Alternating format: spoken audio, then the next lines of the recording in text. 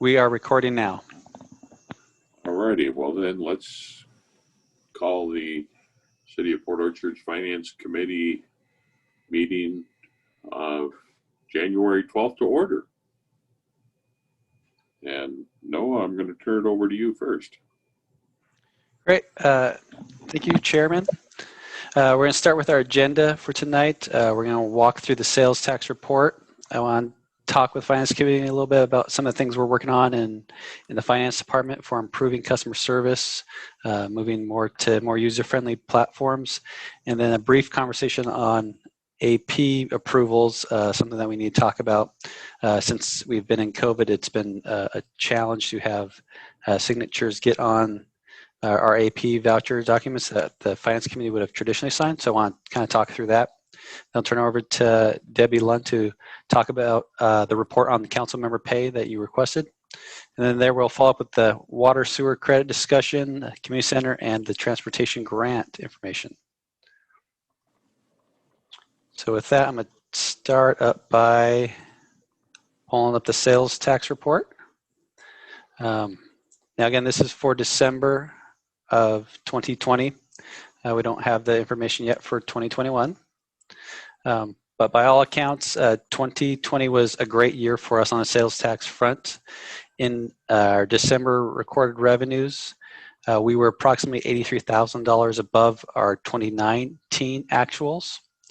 So year over year growth was 7.84%, which means that we were approximately about 13% above what we had budgeted for the biennium.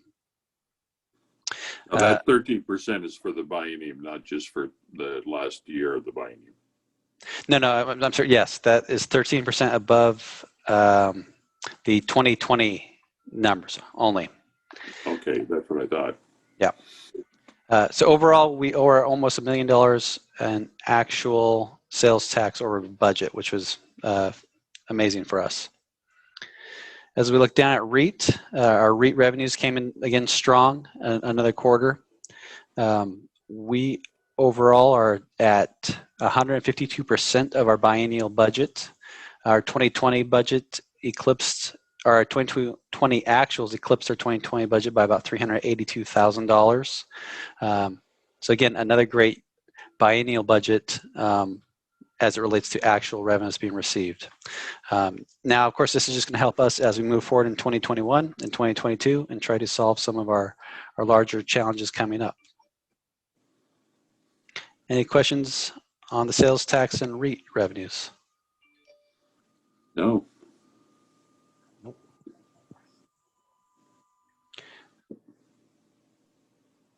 So the next item for discussion is I just want to make the council, the Finance Committee, aware of kind of where we're going with the utility customers.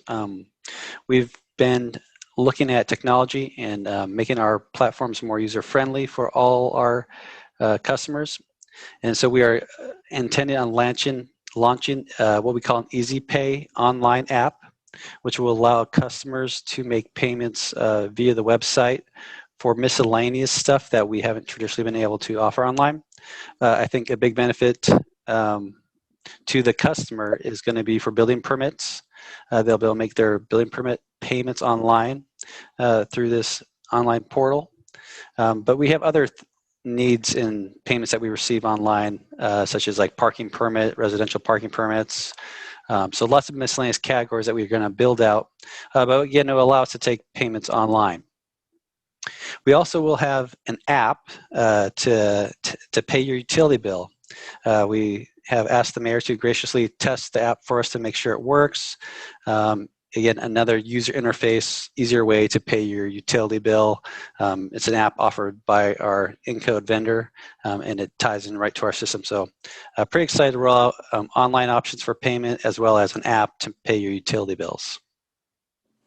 So it took my money, and I so far haven't gotten a disconnect notice. So I'm assuming that it all went well. Well, that's good news. So we'll work on some communication material, envelope stuffers to go out to promote it, So we'll be working on that over the next month or so. So you may receive that if you receive a bill in the mail. You might see some of the promotional material encouraging customers to either download the app to pay your utility bills, or for those that have an interest in making other payments online through Easy Pay, they can do so. Was there any questions on any of those by the Finance Committee? No, I'm glad. Yeah, I have to admit, it was really easy. I mean, once you download the app and enter your account number, or you have to set up a user ID and a password. Once you got past that, it's really simple. So I'm sorry, Noah, when do you think you're going to roll that out? Well, we wanted to come to the Finance Committee and kind of make you guys aware of that. We've been testing it with the mayor this week. We're ready to go forward from the platform standpoint. So we just need to work through our promotional materials. I think we can turn the switch tomorrow and it can be live, but nobody will be on it because nobody will be aware of it. So it's really going to take some effort to get some, communication material stuff in the billings, things posted on the website, any kind of push notifications we can push out to promote it. And we'll encourage people as they call in and pay bills to start looking that direction. Is there a cost associated to this do we have to buy this app or pay to? Yeah, there's not a cost to the city for this, no. There's the same fee for transactions of credit cards that we have anyways when we take payments over the phone. So no additional cost to providing these two options. Got it. So the customer pays a fee? No, the city absorbs that fee as a part of our rates. So as part of our business model, and again, that's something we can revisit as we look at water rates. Is some entities do pass on those credit card fees, or charge $1.25 for different payment methods. We have chosen to make that a part of our rate structure. So that's something we can revisit. Well, I witness how many phone calls a day we get taking credit cards over the phone. So if we can get to absorb this fee is a good deal because of the man hours that we're going to save to the utility, having people do this themselves. Yeah, I was just going to say the time savings has got to be huge if we get a lot of people to use it. Noah, can you send out, is it a link, or how do we get this app? Could you send that out to the council so that Absolutely. I'd be more than happy to try it out? Yeah, we can definitely push out a link to the full council and some instructions on how to download it, so you guys can try it, look at it, play with it, see if you see anything that we need to correct and fix. That'd be great. Can we share that link with others? Would you have a problem with that? No, I mean, from our perspective, we think it's ready to go. We were only concerned about the promotion and the communication piece. We want to be successful launch that, people understand, download the app, get my username, password, cool, I'm in, this is what it looks like, feels like. But from our perspective, it's ready to go. I have it on my phone. I've tested it, and the mayor said so. Yeah, I have no problem pushing now as long as people are technologically savvy enough to kind of, play with the app and understand how it works without. And no, we get the appropriate audit reports from that app so that we have records of who's paid. Yes, it's tied to our accounting software. So all of the reporting, all the postings, it's all very well integrated. So what we want. And is that app compatible for both in the Android Google Play Store as well as the iPhone, the Apple Store? To my knowledge, it is, yes. Okay. Yep. And I know it's on the Apple. That we sent you a bill or a utility bill, no, but I'm glad you were able to test it out. Yeah. Appreciate it. So one caveat to this, there is a feature that we don't have turned on to request. You can make service requests if you had a problem, and that's not. I was playing with that, and it's not set. That piece isn't set up. So it's not to say that we can't launch that. So it comes with that caveat that there's features in this that we're not rolling out at this time. Okay. Sounds good.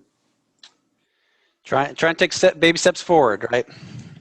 So that's an exciting one, I think. The last piece here is the internals AP approvals. So due to COVID, we haven't been able to meet physically since February, March, and typically the finance committee would receive the big binder of all the accounts payables, and you each would sign the cover face of that document. And that also includes payroll, utility billing, refunds. So currently for 2020, we have about 124 documents that need the finance committee's signature. So first question is, do you have time to come in and sign the binder, or would you prefer us to explore an electronic way to push those out to you to sign electronically?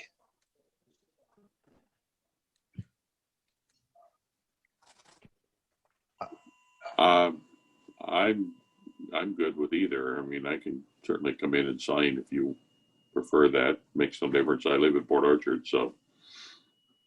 If there is an easy way to do it electronically, it seems to make sense in case we were traveling or whatever, but.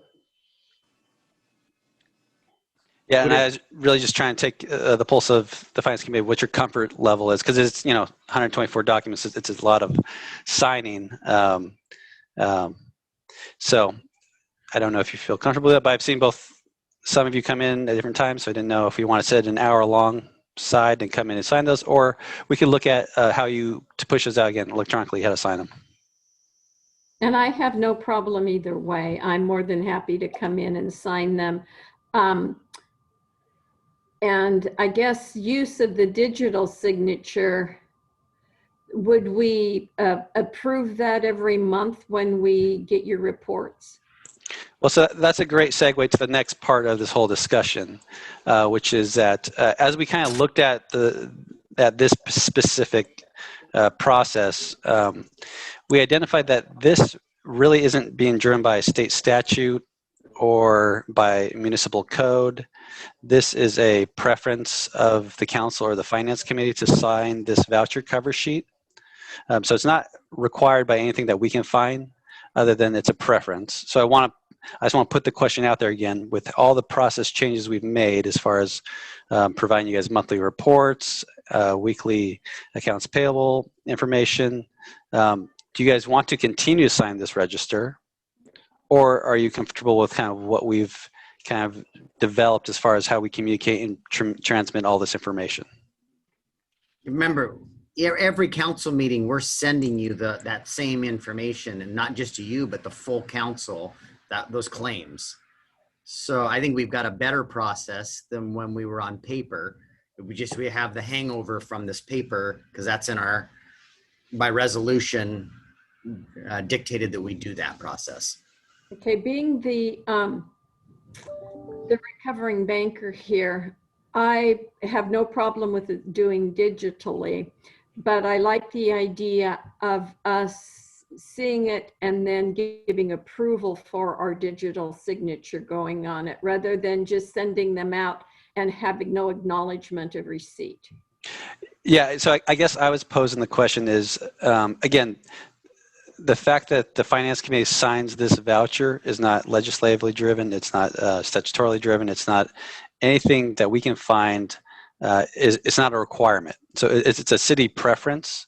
So we could actually remove that requirement for you guys to place your signature on these vouchers.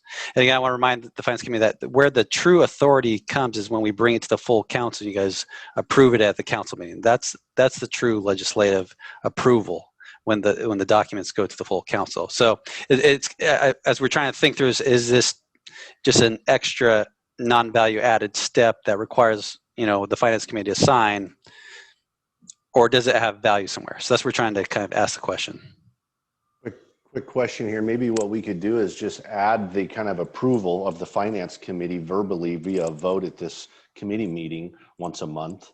Right, so it acknowledges there's accountability. We read it, we understand it, we don't have any questions, and it's just that extra step. I don't know. All of that paper seems to be a little bit archaic to me, but I do understand that there should. What Beck is saying, there should be some sort of confirmation of receipt, and like I said, we could just have it as a quick agenda item in case there's any questions or concerns, and then it would move on to the council meeting. I'm certainly open to whatever. I'm not married to any of it, so. The only challenge to your scenario, Sean, is that in the unlikely event, and it happens once or twice a year, we cancel the finance committee meeting because we don't have any agenda items other than the sales tax report, and then we end up emailing you that. I mean, Can't we Well- just, when you send the email to us, can't you do a receipt at that point? So when we open it, you get a receipt that we've opened it? Yes, we can certainly set that up as well. And again, I don't want to confuse the issue, because where we actually need council approval is when it comes to the full council and you guys adopt it as a consent agenda item. That's what the Right. auditors will look for. This Correct. is just I want to another make sure step. everybody's read it. And just because it's on our consent agenda doesn't mean everyone has read it.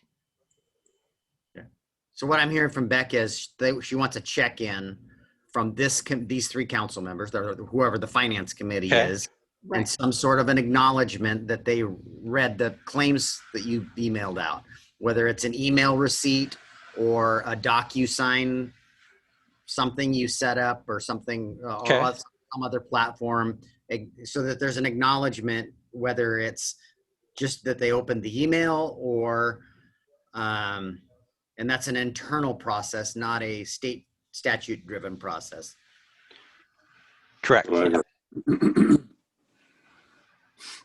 Okay, so maybe we'll look at, and it sounded like someone suggested bringing it to the finance committee at our monthly meeting. So maybe there's a way we can consolidate this effort to a single report to bring to the finance committee that acknowledges the last couple payables, and then you guys can say, yes, we've read, whatever acknowledgement you want to make for that document. Yeah, and Rob, to your point, if we miss a finance committee, maybe then that document just goes as a business item, just so everyone has to kind of touch it and acknowledge it in that event. Or to the It's next not on finance consent, meeting. or to the next meeting.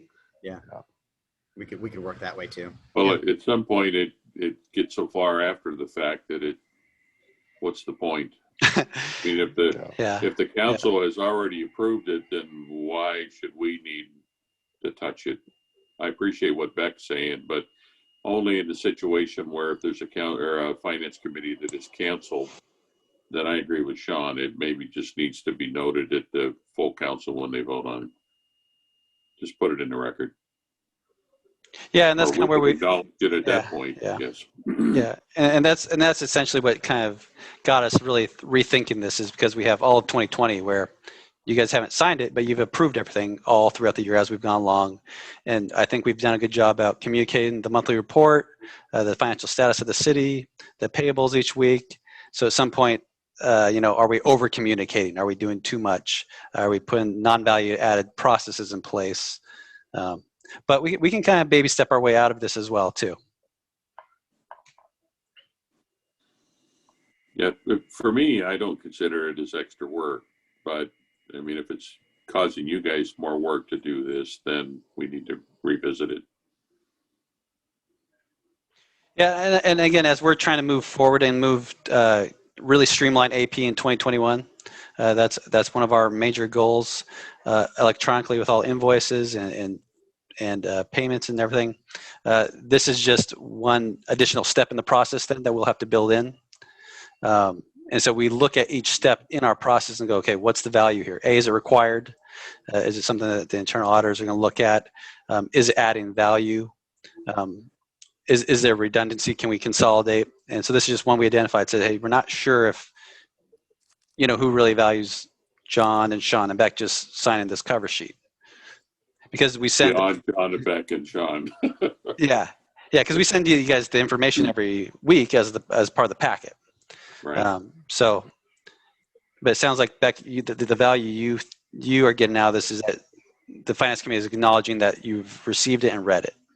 That we've received it and read it, and other organizations that I belong to that have to have their financial records reconciled and invoices paid. That's what we do. They send us the email, and then we just acknowledge, just a quick email in return saying, I have reviewed this reconciliation, or I have reviewed this invoice, and it takes all of 30 seconds or whatever.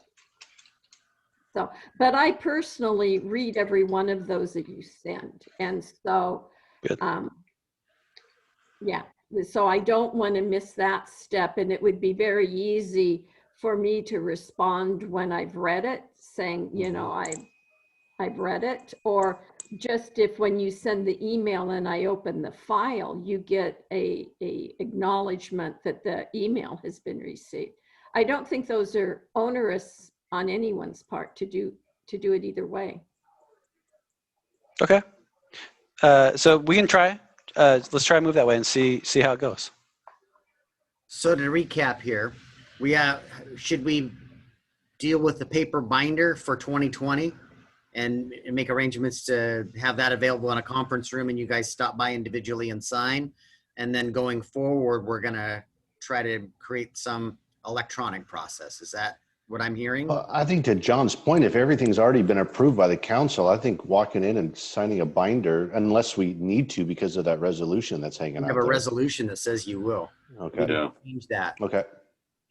And then we could start clean on January 1st. We could complete it the manual way through December of 2020.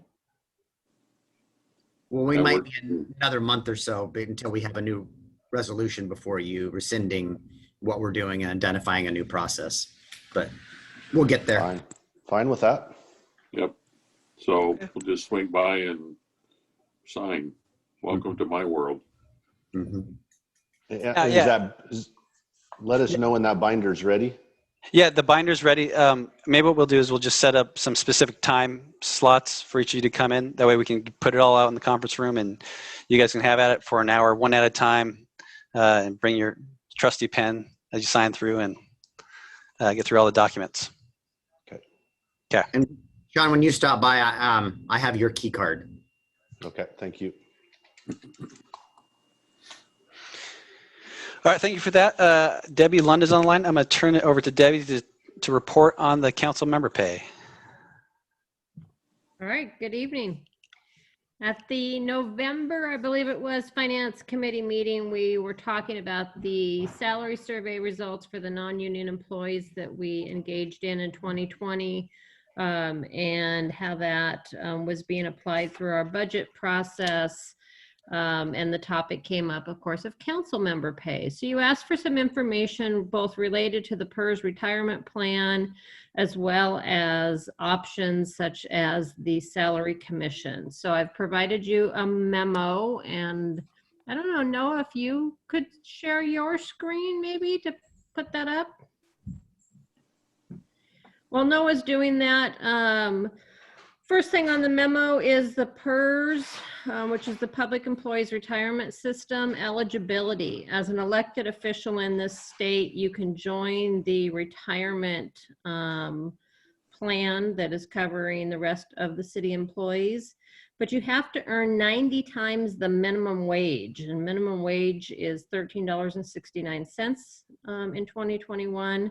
Which means you'd have to earn just over $1,232 a month in order to even be eligible to join. And there's some additional information later about what joining means for you.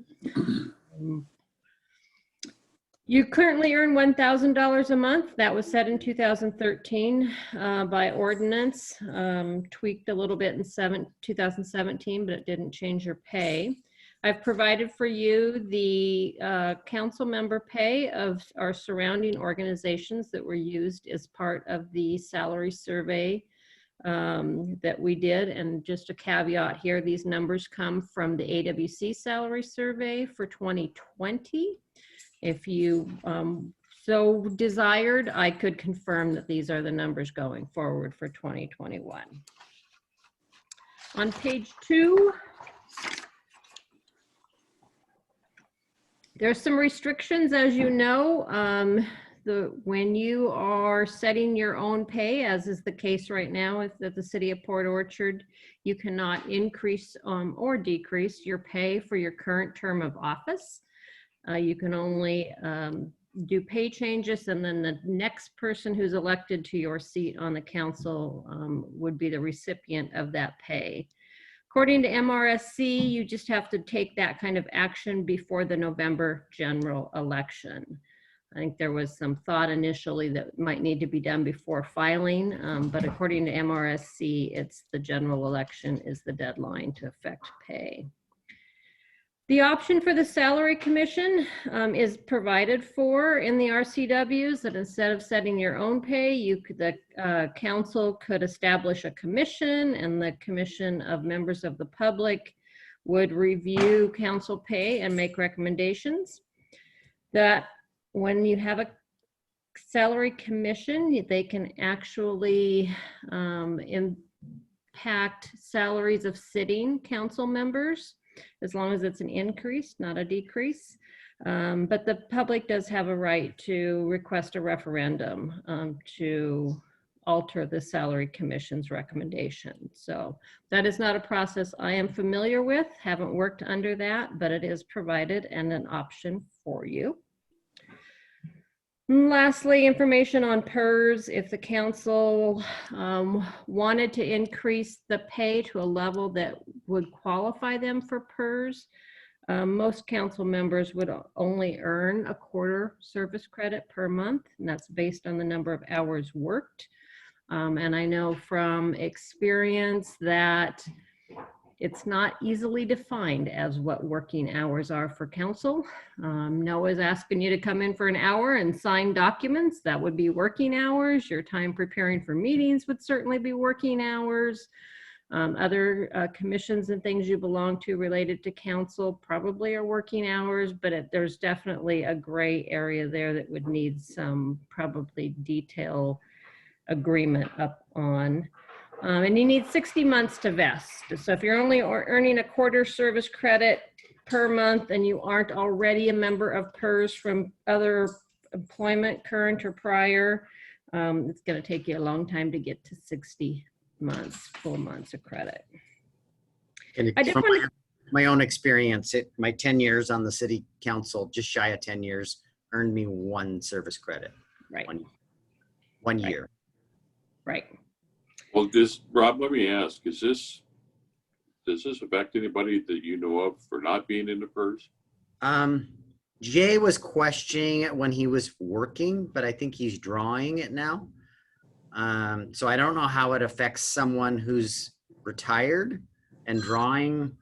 I think he's in SERS, which is a companion to PERS, and I'm not an expert on this subject matter, but Jay was the one questioning it when the minimum wage increased. And that's the challenge, is minimum wage is a moving target and continues to be. And we're, a couple times we've changed this to chase it. And,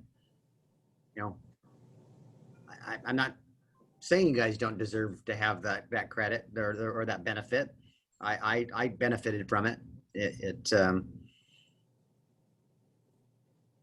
Right. And I wanted to give you kind of that concept on the bottom of page 2 and on page 3 of the memo, that if you were kind of chasing the minimum wage, what that might look like.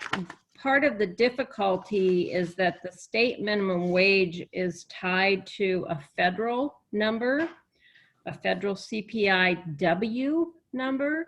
The city traditionally uses a local CPI-U number, and those two numbers are different. Not that that has to be that way, but one concept I had in developing this report for you is, what if you tied it to the same percentage? We've gone before. Yeah, we've learned in the past that you can't do a COLA. Okay, and I wondered about that too, and put a little caveat on here that we would need to ask legal counsel on that. So that aside, your wage has not been altered since 2013 when it was set at $1,000.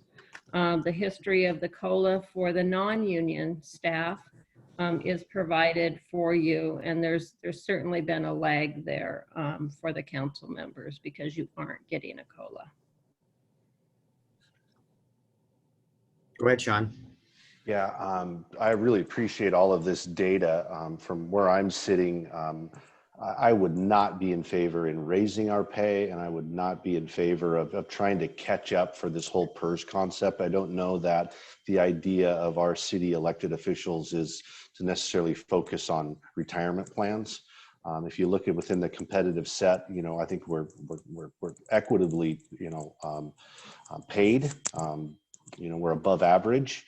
And even more with the timing of where we're at today, it just feels very, very uncomfortable. I would not be in favor of making any sort of a move. That's my 2 cents.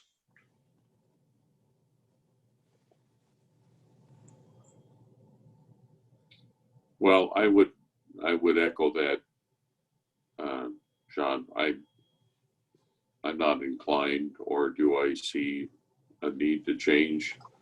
I think we needed to look, though.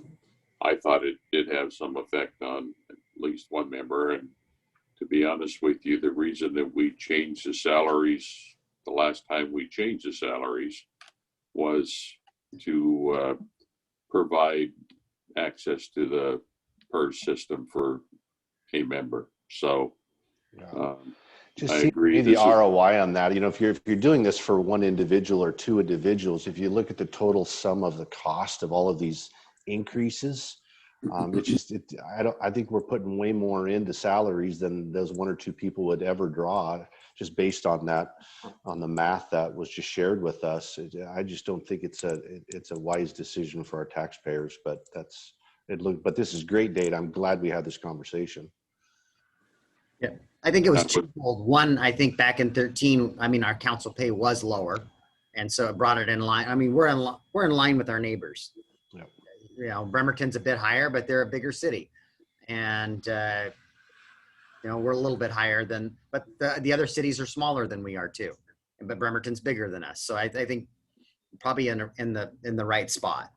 Mm-hmm. The other point that we haven't talked about, and I'm not supportive of this. Again, I think that when we made the adjustment in 2013, it was appropriate. And I don't know that we have difficulty soliciting people to be members of our council.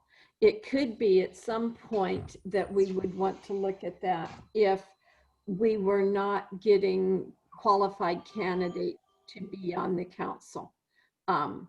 So that's something we may want to consider in the future, in addition to the PERS issue. Well, I would hope that somebody isn't going to apply for a council position to make money. Oh, Because exactly. they're heading down the wrong path. If that's Yeah, the and case. whether it's $1,000 or $1,200, that shouldn't be someone's motivation. But I agree. my But 2 cents. I very much appreciate the work that you've done here, Debbie, and we're one of three. I think we should share this with the full council. I'm going to be surprised if the full council or anybody wants to do anything with it, but it's good information that we should share with them so that they have access to it as well. Agree. So maybe it's sent out in an email to the rest of the other council members and then brought up as part of your finance committee report tonight that we'll intend to send the report that Debbie prepared. Yeah. I would omit the part at the bottom, Debbie, and remove that about the COLA, because we know that's not an option. Okay. Remove that. And you know, as you saw on there, you know, you're right. You're not doing this because for the money, because you're making less than minimum wage. Yeah. You know, just to devil's advocate for a second, just, you know, this issue could be a little bit divisive in the community. What if we didn't have a really packed work study? What if this is something that was actually in front of the full council and just talked about? So it's more on the record and we're not viewed as doing this behind the scenes via email. Sure. We could do it in March. Okay. Yeah, I would Studies prefer are to have pretty it open. And I think the other thing in my report is that I'm going to share that the committee is not in favor of making any adjustments. Is that a fair statement? Yep. Okay. Yes. All right, so just to be sure I'm clear, I'm not going to email tonight. We'll put this on a future work study and we'll send it out then. Yeah, March. I know it's on the next two work studies and March. Well, I guess I'm not as concerned as Sean, unless one of the members wants to bring it up and consider it. It's a public document now. If we email it out, anybody can request it. If we're seriously thinking of taking action on this, then I totally agree with you, Sean. It needs to be brought out and discussed in an open meeting where the entire council and public are together. But for now, just reporting that Debbie did the report, we'll share the report with you or anybody else that wants it. We're going to email it, and the committee is not recommending to take any action. But if some council member wants to bring it forward, then we could take it to a work study based on Yes, their it would have response. to. It would Okay. have to be then. I like that. Okay. Did you catch that, Debbie? So then we're not gonna, unless somebody requests it be brought to a full council, we won't. Okay, but let me be clear. We're going to email it out to the full council. But if they want to take action as a result of it, then it's going to have to be brought back during the full council meeting. And But- would you like that done, Councilmember Clausen, before tonight's meeting? Whatever's convenient for you, as long as we send it out to the full council so they have it. Okay. Thank you, Debbie. My pleasure. So the next topic on the agenda tonight is the sewer and water credit discussion. And I'm going to share my screen. I believe, Rob, you wanted to start this, or did you want me to go into a little bit and then turn it over to you? Well, I can start. We have been made aware that we've got a credit model in place, and that when we looked at, and it hasn't, to my knowledge, ever been used, and when we went to practically, to apply it, we determined very quickly that the credit wasn't meaningful. And so we talked about this prior to the holidays, and we've looked at our neighbors code. We found an example in Paulsbo that we've kind of think is the right way to travel with this. And it gives credit for creating excess capacity beyond your need. So you're building the city's infrastructure if it's on our capital facilities plan, and you would get credit up to your connection, the connection charges that you're paying for the excess capacity that you create in our system. So you built and we've got some examples here. So I'll let Noah take it from here. He's made another one of his fabulous PowerPoint presentations. I love the color. Yeah. So what I actually find is it's kind of easier to walk through the math because the math supports the language. But I think conceptually the mayor walked through it really well. So we're just going to try to walk through example 1, and examples 2 and 3 are just iterations of the same approach. So at the top here, you see the total project. So in this example, we're assuming a project is come in completed and it has certified project costs of $2.5 million. And when we look at this project, this is a project built by a developer. Again, I guess the premise is that the developer cannot go forward with their project until this infrastructure is in place.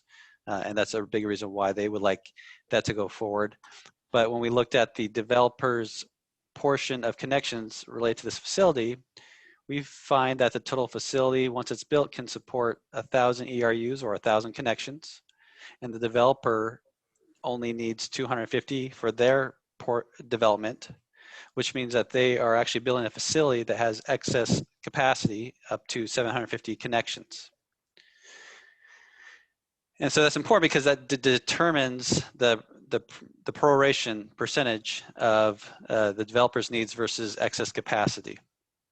So we use these percentages to apply to the project costs, and we calculate $625,000 of the project is for the developer's portion, with the 1.87 million for the future connections portion. We have a capital facility charge of $8,525. And again, we only do the math here to show that for the revenue that would be received by the city based on the 250 connections at that fee level, we would receive 2.1 million, and all the future connections, the 750 connections, would result in $6.3 million. So this whole table brings us down to the bottom to ask the question that the developer connection represents 25% of the connections of the facility, or a total of 250 RUs. Therefore, we've calculated that the developer's proportional project cost represents 25% of the cost of building the facility, for a total proportionate cost of 625. And the developer is building the excess capacity of the extra 75%, and we have a proportionate cost of 1.75 million here. So when we discuss the policy is giving credit to the excess capacity that the developer is providing.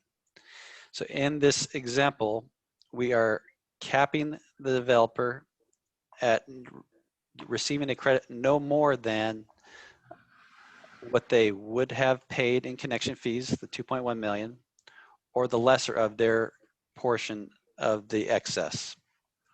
So I'm gonna pause because this is an opportunity to ask questions, because I think it will make more sense as we ask the questions and walk through it again. So in this example, the developer would get their connection fees would be $2.1 million, and they would get credit for the excess capacity, which is $1.8 million. They would still pay the difference, but they would get credit for $1.8 million, which is the excess capacity that they created to the benefit of the city and the system. And how do they get that credit? When they apply for their building permits, they pay for their connection fees. So we've got a project. They've got to certify the cost of that project. They're going to build us that project. Oh, understand. And then in turn, when they apply for their building permits, they would normally pay that $2.1 million in connection charges. Mm-hmm. At that point in time, they wouldn't pay, they would pay the delta, because we would give them credit for the excess capacity that they built in the system. Yep.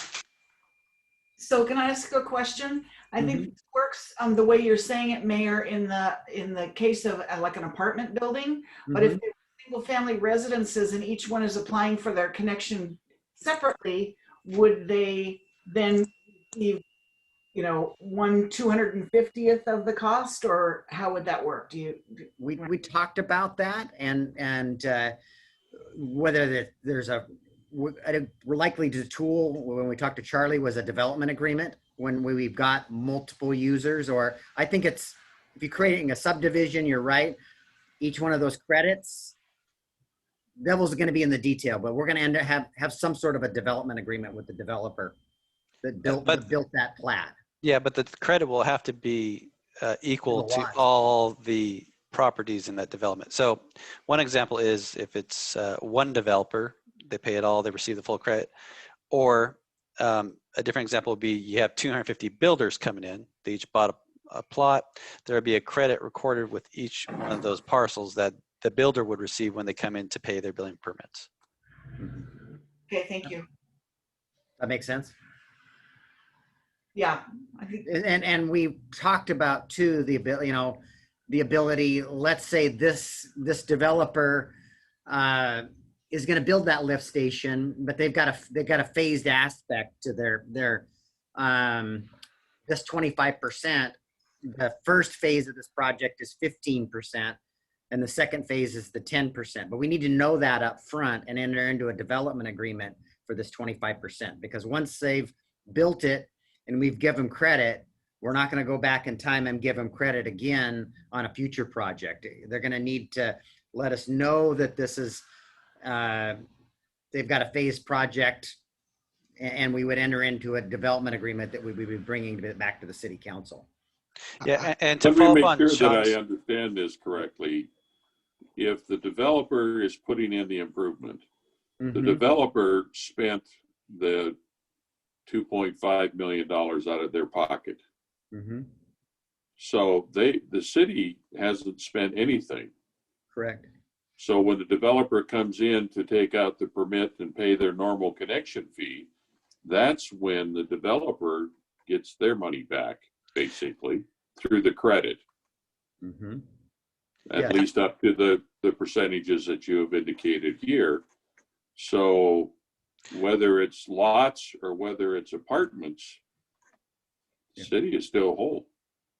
Correct. And Jackie's example of a lot and what we're doing in the McCormick area was a relevant example. It's a credit. So the end user out there, the developer that created the short plat wants that credit. And so it's going to be a credit to the lots. Right, right. It'll to the individual lots. So when the lot comes in, we won't charge them a connection fee because it will have already been covered by the improvement.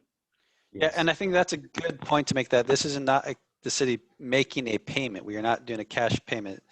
We will have a credit on the books for each of these parcels or these lots. And so it will be a reduction or a discount of the fee. Right.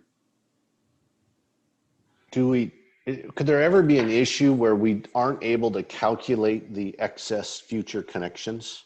Great question. We have two more examples. And we haven't found it yet. Okay. That's why I read through it earlier. That didn't jump out at me that it was contemplating the extra, but let's go at it again. That's why it's the lesser of, intended to be the lesser of the connection fee or the excess capacity. So go ahead to the next one, Noah. We went 50-50 and then flipped it. Yeah. So the next example again is just a split this time. Now both the developers has a vested interest in half of these connections and the other half is for the future. So you see the percentages change. You see the dollar caps change because now the developer has a greater need than the first scenario. And actually, it's a little more clear if you jump to the third scenario. So I'm going to pause on a second and go to the third. Because in the third scenario, we're actually talking about the developers represent 750 connections of the 1,000. So this facility is really for that development. It has a 75% interest in this facility being completed and constructed, where only 25% is for the future connections. And so again, that's where you see really the proportional share that becomes available for the excess capacity shrink significantly because it's only on the 250 in the future. So in this scenario, the developer is paying $6.3 million in connection charges for this large development, and we're going to give them a credit of $650,000 towards that because they built us this infrastructure. They could have waited around for us, but their project, they want it built now, and they don't want to wait for us. Can you go back to slide 2 for real quick? Yep. Okay, hold on. This is certified 1.25. Okay. Okay. Yeah, I mean, it looks like the math's always going to play out that, even if this next 50% never gets built, Right. we are still cash flow positive by $3 million. Plus we own an asset. What you have to establish in every one of these scenarios is basically the watershed or the non-contributing benefited area, kind of like a latecomers, is there's an area that's defined that will go to this system matched against what the development itself needs. That's the first kind of major calculation so that you can develop the split, as it were. Yeah, that's a good point, Mark, because again, what we're proposing in these scenarios is breaking the connection between that specific capital facility fee charge and all the math and projects that went into building that, where we're really breaking that in order to get to something that would provide some more greater incentive. So while, yes, it seems like we're getting more money, all that money is now pledged for all those other projects, again, that the capital facility charge is based on. So it's not just a windfall, it's all money that's already been pledged to the Marina Pump Station, the Well 13. So it's all earmarked for the other projects that are on our list that makes up that fee. And it's the rest of the projects that support being able to build this to start with. Correct. And then there's the buy-in for the original, all the investments we made. original infrastructure has to be there in order for this to be able to be viable. And that's why we tumbled to this model, and it was something Paulsbo's viewing. We're only giving credit for excess capacity when they're building us something more Right. And they need, yeah. than they're. Yeah. Still charging them per ERU for the homes they're building. Yes. They just prepaying it by putting in the infrastructure minus the excess. Right. Yes. I think it makes sense personally. Yep, I do too. This just provides incentive to deal with the time factor. Yeah, I agree. That's all we're really doing is developers are moving faster than the city can keep up. So this just provides an incentive at the end of the day. Yeah. So with your concurrence, we'd like to take this model to the work study and potentially bring back some code. Charlie wrote some great code, but we want to put some math examples in it so that 10 years from now, somebody doesn't read a sentence and interpret it differently. We want to have, math like this that really lays it out. So 10 years from now, we might use this once now or twice now, and then it not get used for 10 or 15 years. And then somebody's, could question how to interpret the language. Have you bounced this off of any other stakeholder groups, just so we don't get too far down the road and maybe someone else comes up with an issue where this is flawed for some reason? I don't see one now, but you never know until more people look at it. Yeah, I mean, I guess I've asked my counterparts at our neighboring cities, and the response is that most of them don't do credits. They do latecomers agreements. So we're doing something a little bit different. Although Paulswood did have this in their code, they have not had anything on this executed for at least 22 years, she said. It was way back when they developed this. So when you look around about credits is not something you see common in cities. Credits is more a special purpose district thing with water or sewer special purpose districts. In city, the legislative mechanism is truly latecomers agreements. So that's what you'll hear when you talk to your counterparts as well. That's what the latecomers are for. That's what the latecomers are for. So this is just slightly different than the norm. I guess what I meant by stakeholders is any developers or builders, HBAs, Gotcha. anything like that. We've got Nusha on the line here, and she represents one of the developments in Sedgwick, Sydney area that is advocating for this tool. Okay, so it's something that those stakeholder groups may see as a value add. Right. The opposite, or if we don't do this, Sean, then we're just strictly with the latecomers model. And the reality of the latecomers model is the city manages it over a 20-year period, and it's a complete risk that we're never going to get money back. Yeah, no, I love it. I just wanted to make sure that we're, putting in the resources and it's actually something that's being well received by those that ultimately would execute on it. Yeah. Nick had reached out to Nusha and her group, and that's why she's here tonight. And it appears, the feedback I got, that this tool will work. Okay. Well, it's not the silver bullet to solve all of our problems. Right. We're still it isn't gonna work for the McCormick situation, but it's gonna, and like Noah's saying, Paulsbo did this, but they haven't used it for 20 years. We're gonna put this in place, and we might get a couple of our capital projects. I hope we never have to utilize something like this again. If we're doing our jobs, we're building the infrastructure as we're supposed to be, and we're collecting appropriate fees to be able to build it. But we're not keeping up with growth right now, and we need some help building this infrastructure, or it's just that development in that area is not going to happen in the next 10 years. Right. Well, I think there's a point in time where you can only build out to what you think is going to happen, and we've had an explosion of growth way beyond what anyone would have anticipated. So I personally think this is a good program. I think it makes a lot of sense. It works I don't see any downside to the city.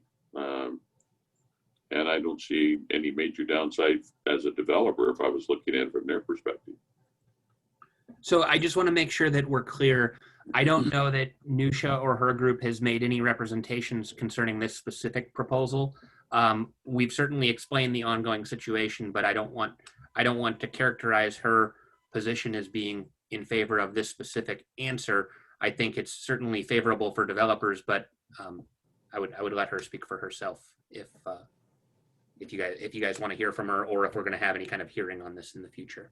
Yeah, I would appreciate her thoughts. The one thing I may mention, hi everyone. So looking at the first example, the previous slide, I'm mentioning that one because it's a little bit closer to percentage-wise, is a little bit closer to what we are proposing to do with the city. So looking at these numbers, yes, it's better than the current code, but just keep in mind that going off these numbers, you're looking at $2.5 million worth of construction costs that we would be paying, plus the difference between the credit and the fees that are due, which is around another $255,000. So all in all, we'll be paying $2.75 million for this facility, where in fact, if the facility was available to us, if timing wasn't an issue, we would have been paying $2.1 million in fees. So there's still that, in this example, that's $625,000 that we are paying above and beyond of what we would have paid if the facility was. So there's still a little bit study on our end as a developer to be done to kind of understand where this is going, but it seems to be going the right direction. So I'm not picking that up in this mathematical formula. Am I missing that? I hear what she just said, and what I'm seeing is that developer in this scenario, example one, would front $2.5 million. The 625 below it is just kind of behind the scenes what the proportionate share is. They're going to pay their connection fees of $2.1 million, but get a total credit of $1.8 million. Yeah, so if you were to add the 2.5 million plus the 2.1 million minus the 1.875 credit, then the difference between the total credit that would have been due and what has been paid is still about 600, in this model is about $600,000, 620 some. It's not that 620, it just happens to be the same number. Correct. Yes, and this goes back to what we were saying before about that. This is also the calculation. Also helps to support the other infrastructure of the city, both the buy-in, all the facilities we put in place, as well as the other pieces that make it work. So that's a component of the fee structure. Correct. Right. Nushi is correct, though. Right. It is not intended to be a dollar for dollar credit for the infrastructure. It's intended to be a credit for the excess capacity created. And it removes it removes the risk of that a developer would be taking if they were to do a latecomers agreement instead. Right. It Correct. reduces the risk, and it deals with the time differential. Yep. So there is a cost to that. Oh, sure. As we've seen over the last 24 months. We're running out of time here though. So as long as everybody, thank you, Nusha, for your feedback. We've got a couple more items here we need to tackle tonight, and then we got a council meeting starting here in a half an hour. Okay. So The committee is fine with it to bring it to the full council then, and you're planning to bring it into next work study next week. yes, Okay, great. plan. Okay. Okay. Community center's next one, right? Yes, Community center. community center. That's the mayor. Okay. So tonight on the agenda, you have, which I think is an appropriate step. We had a lot of activity in the fourth quarter of last year, going through a process to select a site for the community center.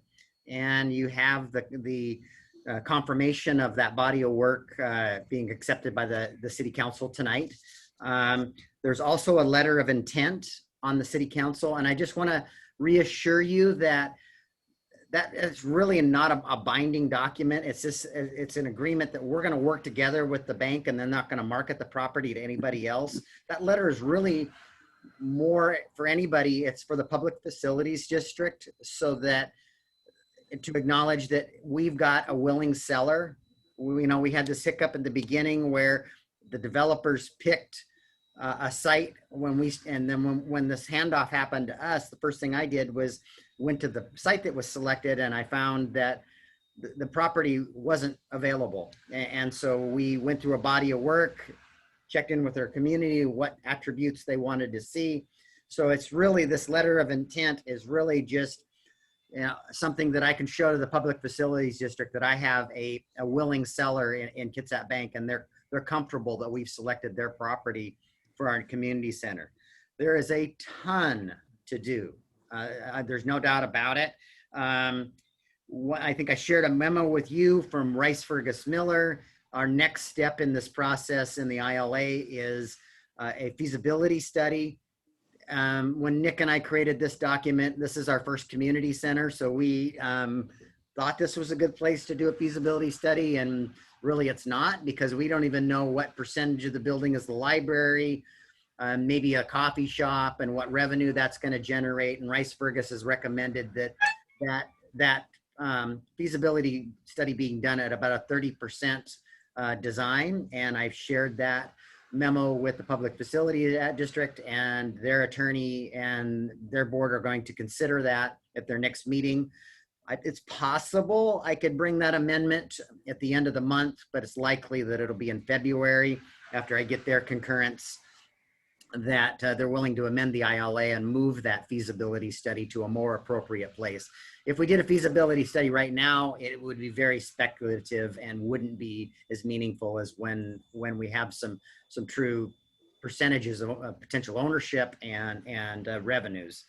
I think our next step, we did do some borings because we had an opportunity, because we were doing borings for our marina pump station, and we don't have the results from those borings yet, but so we spent a little bit of money there of our own money, but it saved us a considerable amount of money, but not to mobilize another company.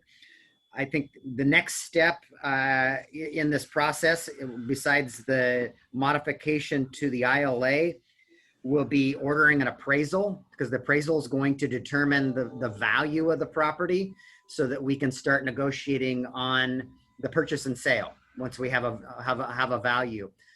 I need your concurrence, and actually the concurrence of the full council. Some of these smaller things like the appraisal and these borings, when we go to build this community center, we're going to have a match requirement. I think we should start paying some of these small expenses versus running to the PFD every time we've got a $3,000 or $5,000 expenditure for this. But I'll talk to you guys about that as we're working through that process. But next order of business, I think, is ordering an appraisal. We need to then negotiate a purchase and sale with the bank. And also, and I've shared with you today, we need to assume or negotiate our own lease on that adjoining DNR property that the bank controls right now too. And that's an important component to this, because the outdoor plaza and things that go with that. And the other piece, we had a meeting yesterday with the bank and Nick's planning staff, and it became very apparent there's a disconnect from this master plan project and our downtown master plan. And the scope and it didn't contemplate this of what we're doing with our downtown master plan. So I know Nick, he was busy with other things on construction sites today, but sometime by the end of this week or next week, we need to reach out to GGLO to find out what the additional scope would cost, and make sure that these two plans are working cohesively together. And the bank has agreed that they will share in that expense, and likely that expense will get shared, not 2 ways, but 3 ways with the residential developer too. So we just need to make sure that the changes and that we're making to our code and our planning efforts don't leave behind what we're considering in this master plan. And I don't have all the answers on all of these or many of these things yet, but I just want to share with you all the things I'm thinking about and all the things that we're working on. And with that, I'd open it up to questions or concerns that you guys have. Well, I have a question, and it's kind of the chicken and the egg kind of an issue. At what point do we decide that this is feasible or not? And have we arrived there yet? And it's the timing of things. If we haven't made the decision, and I say we collectively, the royal we with the PFD, if we haven't made the commitment that yes, this is feasible and we are in fact going forward, should we be ordering up an appraisal on something that we're not 100% sure we're going to do yet? Well, the bank wants to have a contract for the purchase of that property for them to move forward with their next phase. So I think at the 30% design, and when we do our feasibility study, we're going to have costs, what this is going to cost. Is it truly, and Steve Bryce and I were talking about this today, I am hoping it's going to cost less than the $20 million that was proposed, but we don't have, cost estimates haven't been done yet on this. And that's part of the body of work. That's my point, Rob, and I read Steve's email and I think it made a lot of sense. And at what point do we get a total buy-in by the PFD who's got the money? We have their buy-in provided we perform, and all three legs of what I'm referring to, there's three legs to this stool: the community center, Kitsap Bank's corporate headquarters, and this housing unit for this master plan project. We have a commitment for $12 million from the PFD, but we have to deliver on all three elements. Any one of those elements don't happen, and they don't have to happen simultaneously, but they need to happen or we don't get the money. Do we have a commitment from the bank that they're going to build their headquarters there in Port Orchard? Not yet, but that's what I'm working towards. And okay. So mine is, I'm not opposed to any of this. I'm just asking the timing of it, whether we should be going out and getting an appraisal, for example, not that that's a ton of money, but getting an appraisal for something that we're not 100% sure yet that we're going to pull the trigger. We still got two other legs of the stool that we've got to get framed up. Right. Can I That's all. I'd like to interject at this point in that I believe there's been a lot of conversation between our mayor and Kitsap Bank and probably the PFD regarding the site selection and their headquarters and all of that. I have concerns on that third leg, and that's the leg that includes what's now a Kitsap Bank parking lot and our 640 Bay Street property. I don't know what sort of conversations and negotiations have been going on with that leg of the stool. And that's the part that seems a little more unstable to me. And we also have our purchase and sale agreement for 640 Bay Street has been extended out to March 31st of 2022. So I hear exactly what you're saying, John. How deep do we get into this without having some concrete or some tangible evidence that all three legs are going to be able to perform? And to me, it's the chicken and the egg. I'm 100% behind this thing, Rob, and I'm 100% behind the letter of intent. My only question is that, and I'm 100% behind the drilling that we did because it just made sense. And I'm not necessarily opposed to the appraisal, but I would be opposed to pulling the trigger on acquiring the bank building, for example, now when we're not sure of these other things. And that's my only issue. It's just, is the timing of all this, is it coming together, or are we getting too far ahead of ourselves on this? And I appreciate. I can answer that. And those elements need to be in the purchase and sale, that the bank is going to build its headquarters and that we are going to be able to get the DNR lease, and we won't close on the property until we have those assurances. And if you've got that into the purchase and sales agreement that they're going to build their corporate headquarters, then I'm done. Yeah. I'm behind you. Yeah. I just don't normally see a future action being tied to the sale of a piece of real estate, but I'll shut up at this point. And it may not be in the purchase and sale, but we're going to need some sort of an agreement or them. I mean, we're going to see the actions. They're going to be designing and pulling permits. And be honest, we can't do what we need to do until they get out of our way. That's the beauty of this particular site. And I share some of Beck's concerns, and so does the bank. And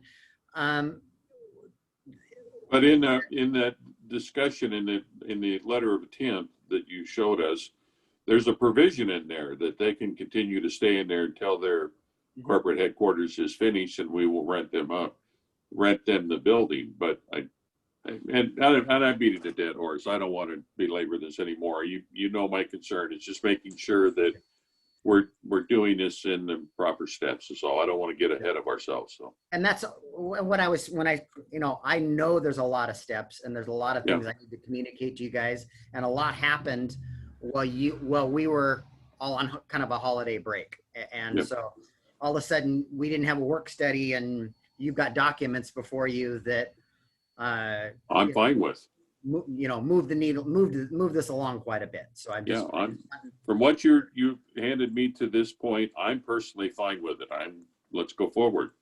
Yeah. My only point is when we start spending money, let's just make sure we're not getting ahead of ourselves. So. And the bank's expectation is we're going to order an appraisal and start down a process to negotiate a purchase and sale. Okay. And we need to know the value of the property before we can enter into a purchase and sale. And without an appraisal, I can't very well do that. So. Well, that's one piece of the purchase and sales. You can negotiate some of the other terms, but. Is there an opportunity to partner with them on the cost of the appraisal? Well, I think likely what's going to happen, because benefits both sides. We're each going to have what the conversation is that Larry has bought from the real estate guy there has bought from or sold from government in the past, and he says you're going to have an appraisal, and if we don't like your appraisal, we're going to do an appraisal, and a third party is likely determining where in the middle or which appraisal's right. So no, I don't believe there's an opportunity to share in that, because they may or may not like our appraisal. Got it. Yeah, that's a typical process that you follow in government and certainly in condemnation processes. So you mentioned earlier, and I don't want to cut this short, but we've got about 17 minutes before the council meeting starts. So you have transportation grant update on here. Yep. Can you do that in 5?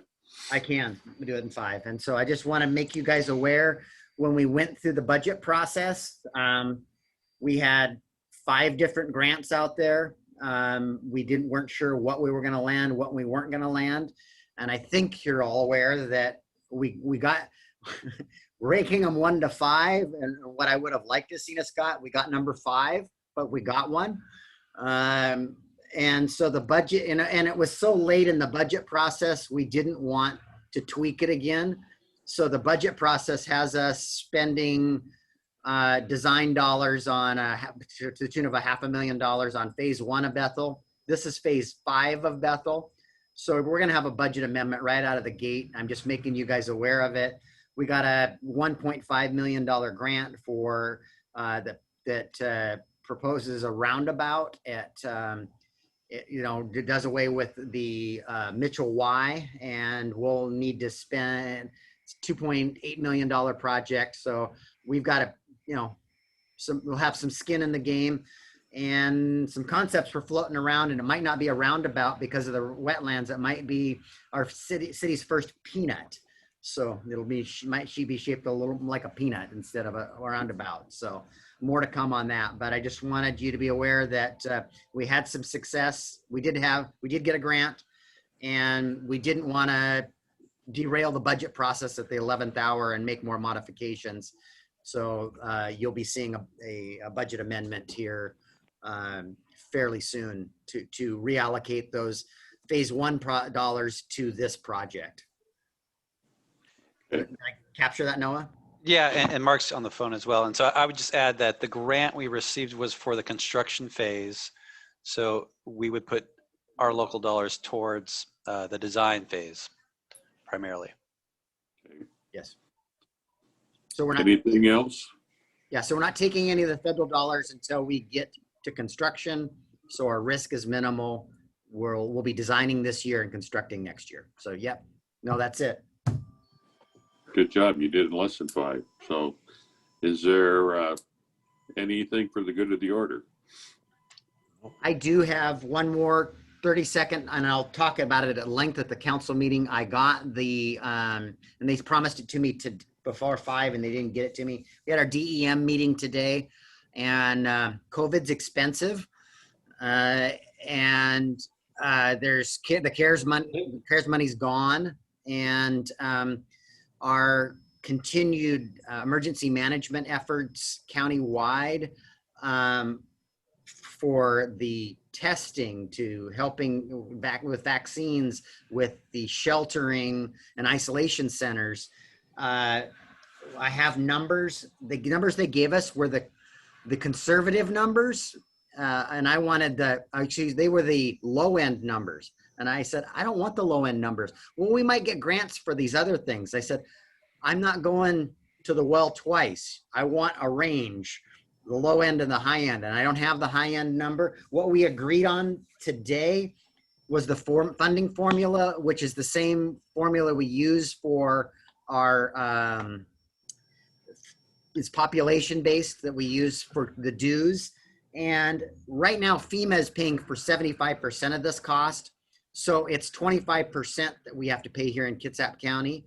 And our percentage is 6% of that 25%.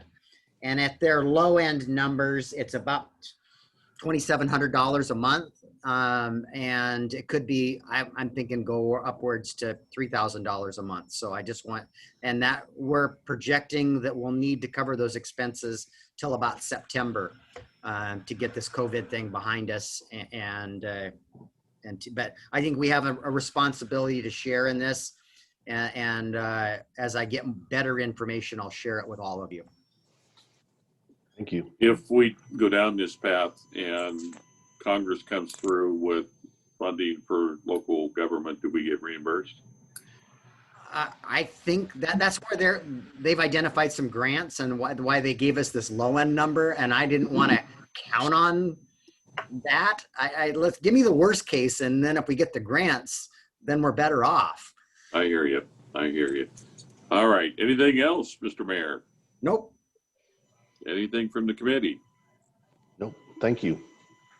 If not, then I'm going to adjourn this meeting, and Noah, you can stop recording.